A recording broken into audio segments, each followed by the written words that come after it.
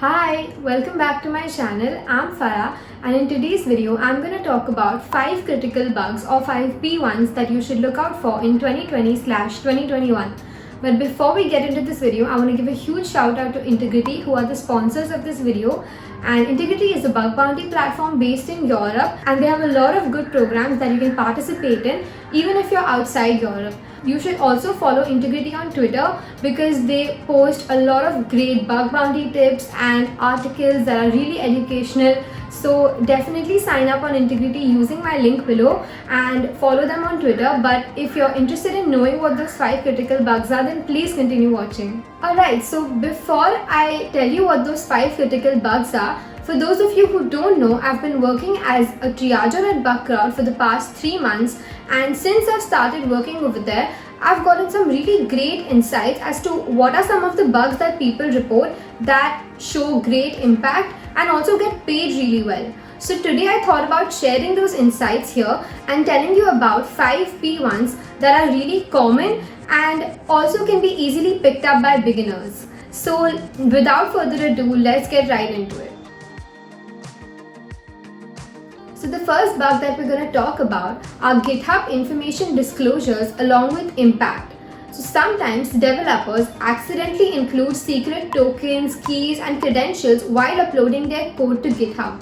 But it's not enough to only report the disclosure by itself, and your report will only be considered as a P1 if you show a serious security impact as a result of that disclosure. For example, if you have found an API key that's being leaked, then try to find the documentation of that API and figure out what it's being used for.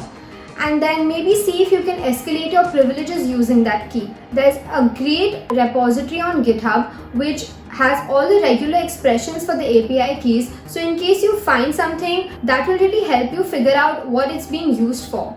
Also, I'm gonna link a great video on Bugcrowd's channel which shows how you can find these GitHub information leaks. This video is by the gentleman and he is a pro at these kind of bugs, so this video will definitely help you out. The second bug that we're going to talk about is web cache poisoning. Now I've been seeing a lot of cache related bugs being reported lately, and one thing to remember about these bugs is that the more popular the web application is and the more visitors it has, the higher the impact will be. For example, if you find this bug on the main web application as opposed to a lesser known subdomain or an internal application, then you'll most likely have found a P1. And if you want to learn how to exploit web cache poisoning, then I have an amazing video on my channel that you should check out which has a demo on how you can find and exploit this bug. So I'm going to link it above and in the description so you can check it out. The third bug that we're going to talk about today is SQL injection. Now SQL injection is surprisingly common even though it may sound very 2000s.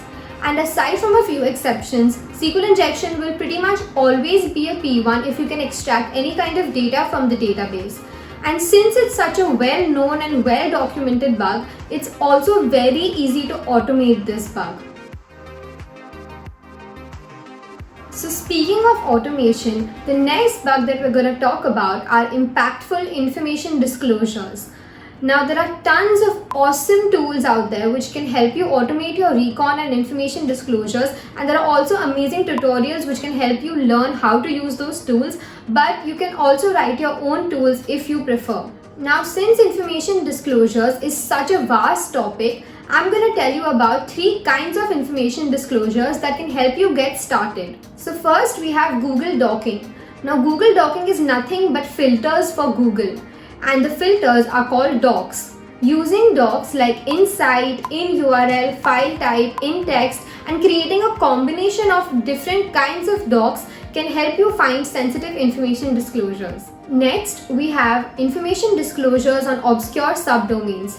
Now remember to only look for subdomains if there's an open scope. For example, a test or a staging subdomain may have looser security controls, but it may contain the same amount of information as the main web application. So it might be easier to find information disclosures over there. The next kind of information disclosure is open S3 buckets containing sensitive information.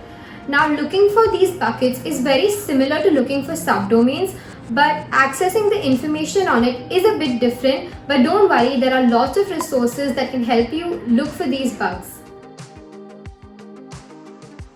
So the last bug that we have for today are numerical IDORs.